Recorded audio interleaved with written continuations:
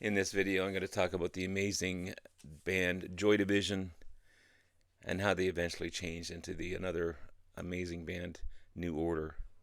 Come in and have a look.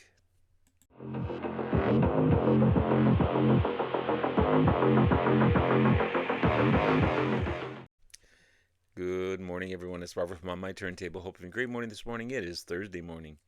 As always, a coffee kind of morning. Hope everyone's doing well. Yeah, two great bands, one formed from the other.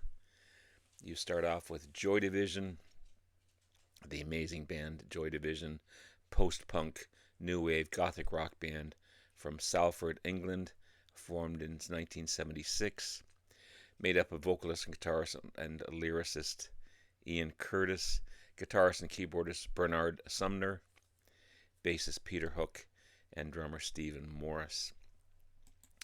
Bernard Sumner and Peter Hook formed the band after they saw the Sex Pistols in concert in 1976. Their first recordings were highly influenced by early punk rock, but then they soon developed their own style, and their own style that made them one of the pioneers of the post-punk genre. Um, this is their reissued version of Unknown Pleasures, their debut album. Fantastic, fantastic album. I love this album. Originally released in 1979. This is the only album, unfortunately, released under Ian Curtis's lifetime.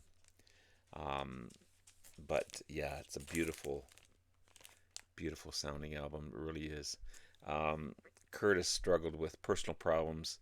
You got a failed marriage going on, depression, epilepsy.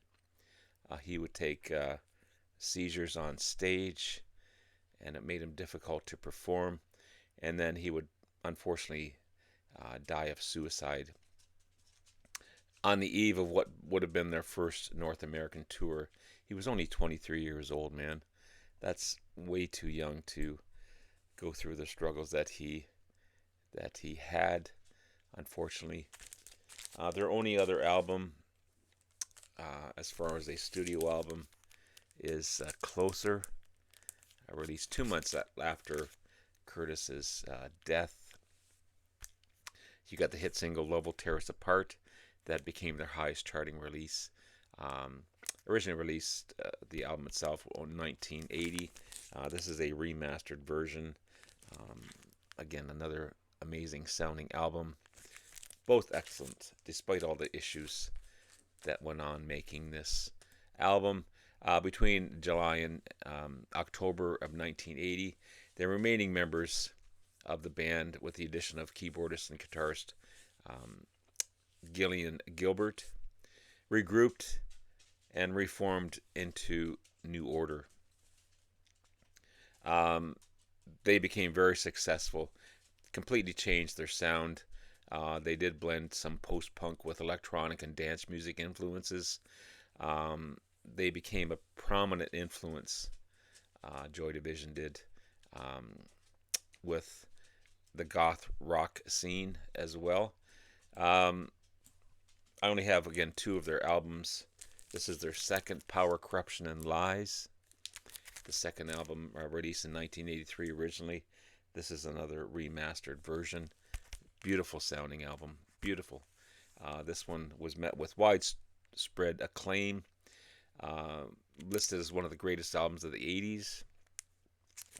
The artwork is just gorgeous, done by Peter Saville. And in 2010, it was one of the 10 classic album covers from the British artist on a UK postage stamp issued by the Royal Mail, which is kind of cool.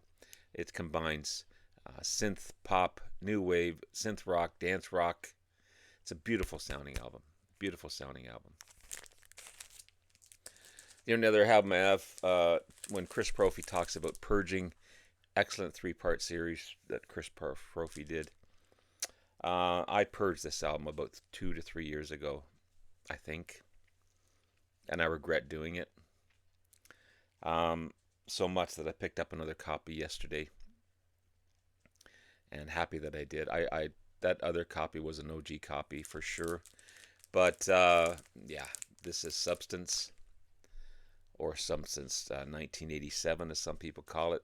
Compilation album, um, originally released in 1987. This is a 2023 remastered version of it. You've got all their singles, their B-side tracks on this one. You got a new album single that wasn't released in True Faith. New version of Temptation and Confusion on this one. It was originally released as a double LP, a double CD, a double cassette. Also, it became one of New Order's highest selling albums, and one of their highest critically acclaimed albums as well. It's amazing. Apparently there's a Joy Division release called Substance as well, which I would love to find, as I love both bands. They're just so good together.